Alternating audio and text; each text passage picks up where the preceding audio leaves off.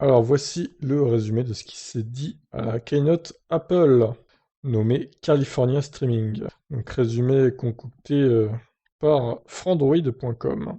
Alors moi perso je suis pas fan de la marque Apple, j'ai jamais eu de produit Apple, mais bon, ça peut vous intéresser, donc j'en parle quand même sur la chaîne.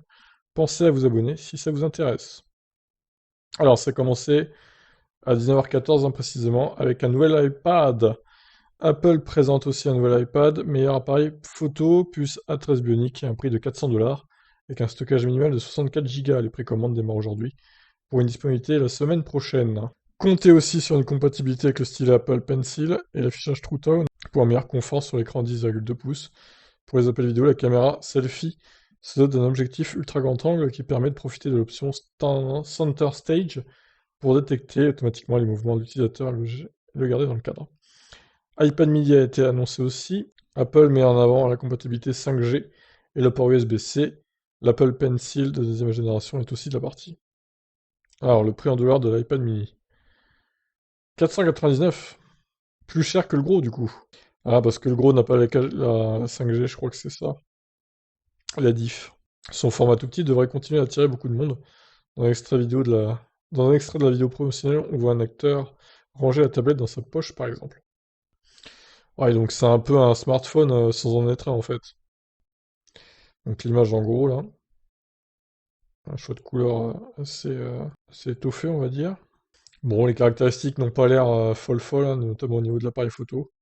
Mais bon, je suis pas sûr que ce soit la fonction première de prendre des photos, évidemment, avec l'iPad. La Watch Series 7, un écran plus immersif grâce à des bordures 40% plus fines, des tranches plus arrondies, de nouvelles fonctions que nous allons évoquer.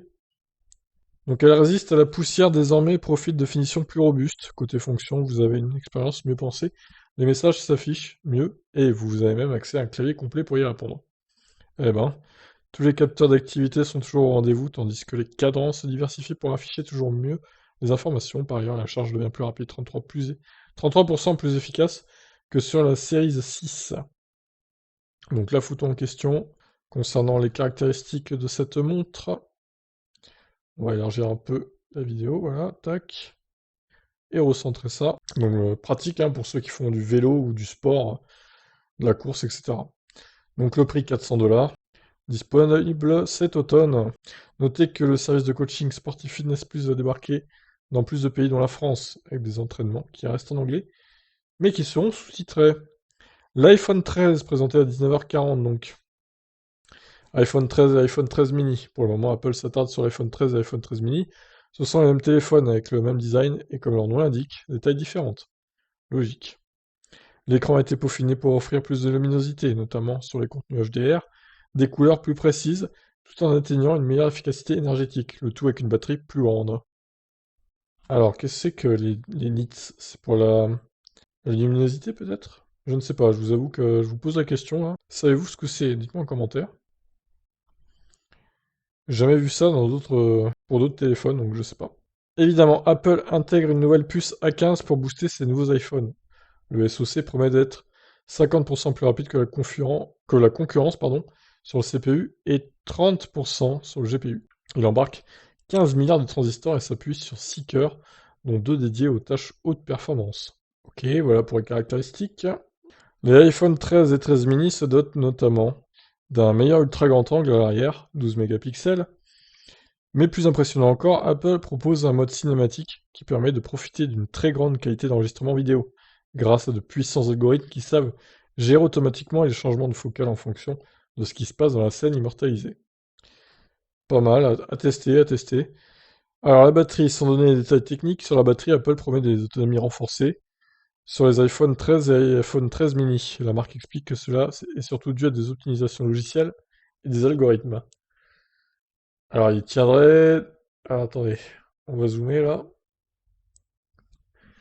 L'iPhone 13 mini tiendrait 1h30 de plus, en gros. 1,5 heures, c'est n'importe quoi.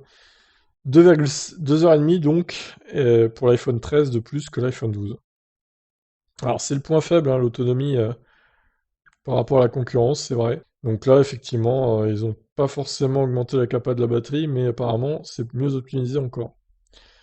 iPhone 13 et 13 mini sont annoncés au prix respectif de 799 $ et 699 $ aux États-Unis. Ces tarifs concernent les versions les plus abordables, qui auront 128 Go. Donc il y aura plus de 64 Go, en même temps 64 maintenant c'est un peu juste, hein, je dirais. Les versions, ça sera 128, 256 et 512. Donc voilà pour le résumé des perfs, au niveau des photos notamment. 4K, 60 FPS, HDR, un mode nuit sur toutes les caméras, etc., etc. Alors, le gros iPhone 13, hein, 6,1 pouces. Le petit iPhone 13, le mini, 5,4. Moi, je trouve ça bien qu'ils pensent aussi aux gens qui ont des petites mains, quoi. Parce que 6,1 pouces, pour certaines mains, bah, c'est dangereux, on peut le faire tomber, quoi. Alors, il y aura l'iPhone 13 Pro, évidemment, toujours plus. L'encoche de l'iPhone 13 Pro devient enfin plus fin de 20%. Elle reste quand même bien visible tout en gardant évidemment la solution Face ID. Face ID. Il est aussi question de la puce A15 forcément et d'un écran plus agréable et lumineux que jamais. Écran 100 Hz, ProMotion, voici le nom donné par Apple au taux de rafraîchissement de 120 Hz adaptatif dont profitent les iPhone 13 Pro. L'écran peut ainsi passer de 10 à 100 Hz en fonction du contenu affiché. Vous profiterez aussi ainsi pleinement des 6,1 pouces de l'iPhone 13 Pro et des 6,7 pouces de l'iPhone 13 Pro Max. Et oui, il y a un quatrième modèle, hein, toujours plus, évidemment. 6,7 pouces, c'est énorme hein, quand même. Ok pour ça, le bloc photo est plus peaufiné que jamais sur iPhone 13 Pro et Pro Max. Le téléobjectif x3, grand angle et ultra grand angle promettent ainsi une grande pluralité de prises de vue avec plus de précision que jamais. Le capteur principal est le plus grand jamais intégré sur un iPhone, tandis que l'ultra grand angle donne désormais accès à un mode macro.